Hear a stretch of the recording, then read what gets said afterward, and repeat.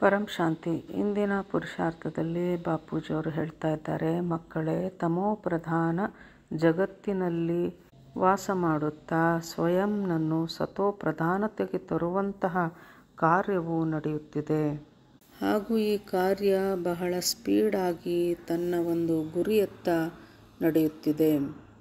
ಈಗ ನಡೆಯುತ್ತಿರುವಂತಹ ಸಮಯದಲ್ಲಿ ಗುಣಗಳೇ ಇಲ್ಲ ಅಂತಂದರೆ ಎಲ್ಲರೂ ತಮ್ಮ ನಿಜ ಸ್ವರೂಪ ಗುಣಗಳನ್ನು ಕಳೆದುಕೊಂಡಿದ್ದಾರೆ. ಅಂದರೆ ಎಲ್ಲರಲ್ಲಿಯೂ ಸಹ ಒಳ್ಳೆಯ ಗುಣಗಳು ಕಾಣೆಯಾಗುತ್ತಾ ಬರುತ್ತಿವೆ. ಅಂದರೆ ಜನರು ಈಗ ತಮೋ ಪ್ರಧಾನತೆಗೆ ಬಂದಿದ್ದಾರೆ. ಒಳ್ಳೆಯ ನುಡಿಗಳನ್ನು ಕೇವಲ ಬಾಯಿಯಿಂದ ನುಡಿಯುತ್ತಿದ್ದಾರೆ ಹೊರತು ಹೃದಯದಲ್ಲಿ ಇಲ್ಲವಾಗಿದೆ.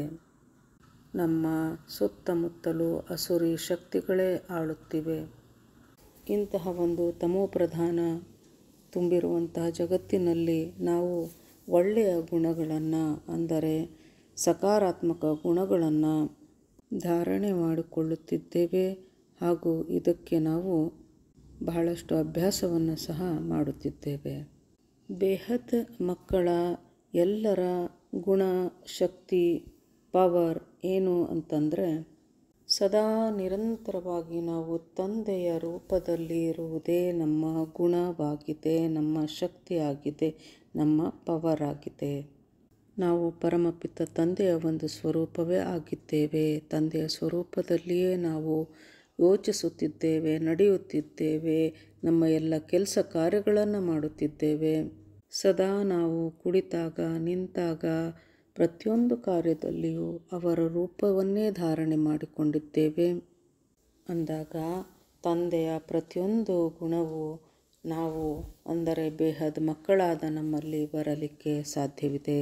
ನಾವು ಯಾವ ಸ್ವರೂಪದಲ್ಲಿ ಇರುತ್ತೇವೆಯೋ ಆ ಸ್ವರೂಪದಲ್ಲಿರುವಂತಹ ಗುಣಗಳೇ ನಮ್ಮಲ್ಲಿ ಬರುತ್ತವೆ. ಏಕೆಂದರೆ ಬೇಹದ್ ಮಕ್ಕಳಾದ ನಾವು ಸದಾ ತಂದೆಯ ಸ್ವರೂಪದಲ್ಲಿಯೇ ಇರುತ್ತೇವೆ. ಅವರ ಗುಣಗಳನ್ನೇ ನಾವು ಧಾರಣೆ ಮಾಡಿಕೊಳ್ಳುತ್ತಿದ್ದೇವೆ. ಹೀಗಾಗಿ ತಂದೆಯ ಸಮಾನ ಗುಣಗಳು, ತಂದೆಯ ಸಮಾನ ಶಕ್ತಿ, ವಿಶ್ವ ಕಲ್ಯಾಣಕಾರಿ, ವಿಶ್ವ ಸೇವಾಧಾರಿಗಳ ಯಾವ ಶಕ್ತಿ ಇರುತ್ತದೆಯೋ ಆ ಎಲ್ಲ ಶಕ್ತಿಗಳು ನಮ್ಮಲ್ಲಿ ಧಾರಣೆಯಾಗುತ್ತಾ ಹೋಗುತ್ತಿವೆ.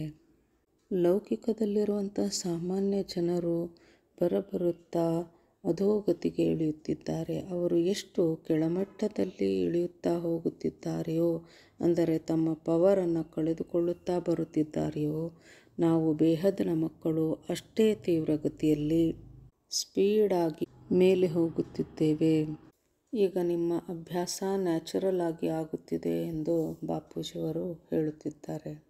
ಅಂದರೆ ನಾನು ತಂದೆಯ ಸ್ವರೂಪವಾಗಿದ್ದೇನೆ ಎಂದು ತಂದೆಯನ್ನು ಸ್ಮರಿಸುತ್ತಾ ಇರುವಂತಹ ನಮ್ಮ ಈ ಅಭ್ಯಾಸ ನಿರಂತರವಾಗಿ ಮುಂದುವರಿಯುತ್ತಾ ಇದೆ.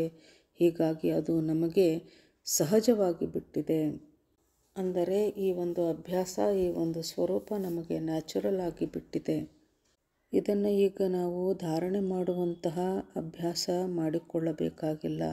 ಅದು ತಾನಾಗಿಯೇ ನಮ್ಮಲ್ಲಿ ಧಾರಣೆಯಾಗುತ್ತಿದೆ. ಏಕೆಂದರೆ ನಮ್ಮ ಅಭ್ಯಾಸ ಅಷ್ಟು ಸ್ಪೀಡಾಗಿ ಹೋಗುತ್ತಿದೆ, ಅಷ್ಟೇ ಸರಳವಾಗುತ್ತಾ ಹೋಗುತ್ತಿದೆ. ಅಂದರೆ ತಂದೆಯ ಸ್ವರೂಪದಲ್ಲಿ ಇರುವಂಥದ್ದನ್ನು ನಾವು ಪರಿಶ್ರಮದಿಂದ ಅಭ್ಯಾಸ ಮಾಡಬೇಕಾಗಿಲ್ಲ. ಈಗ ಅದು ಸಹಜವಾಗಿ ಅಭ್ಯಾಸವಾಗುತ್ತಾ ಹೋಗುತ್ತಿದೆ. ಅಂದರೆ ನಾವು ಕರ್ಮಯೋಗಿ ಜೀವನ ನಡೆಸುತ್ತಾ ನಿರಂತರವಾಗಿ ತಂದೆಯ ಸ್ವರೂಪದಲ್ಲೇ ಪ್ರತಿಯೊಂದು ಕಾರ್ಯವನ್ನು ಮಾಡುತ್ತಿದ್ದೇವೆ.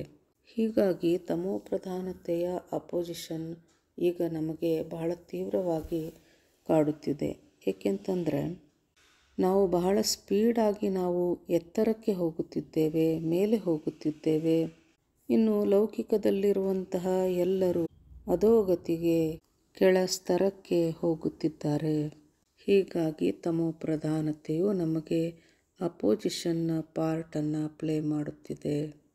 ಅಂದರೆ ಸ್ಥೂಲ ಹಾಗೂ ಸೂಕ್ಷ್ಮ ಅನೇಕ ರೂಪಗಳಲ್ಲಿ ನಮ್ಮ ಮುಂದೆ ಬರುತ್ತಿದೆ ಹಾಗೂ ನಮ್ಮ ಮೇಲೆ ಆಕ್ರಮಣ ನಡೆಸುತ್ತಿದೆ.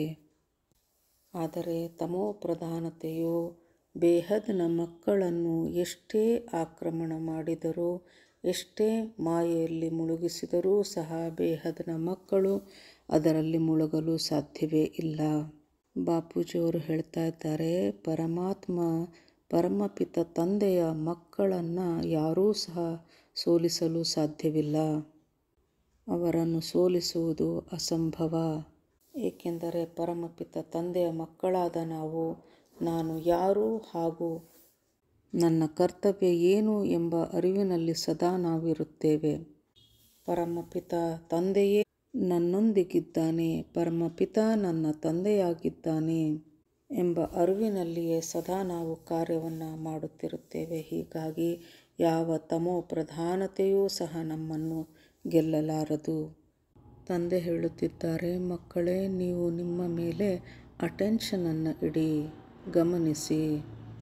ನಿಮ್ಮಲ್ಲಿ ನೆಗೆಟಿವ್ ಸಂಕಲ್ಪಗಳು ನಡೆದಾಗ ತಕ್ಷಣ ಅದನ್ನು ಒಂದು ಬದಿಗೆ ತಳ್ಳಿಹಾಕಿ. ಅಂದರೆ ಆ ಸಂಕಲ್ಪವನ್ನು ಹೆಚ್ಚು ಹೊತ್ತು ವಿಚಾರ ಮಾಡಬೇಡಿ. ಯಾವುದೇ ವಿಚಾರಗಳು ಮನದಲ್ಲಿ ಬಂದಾಗ ತಕ್ಷಣ ಅದನ್ನು ತೆಗೆದುಹಾಕಬೇಕು.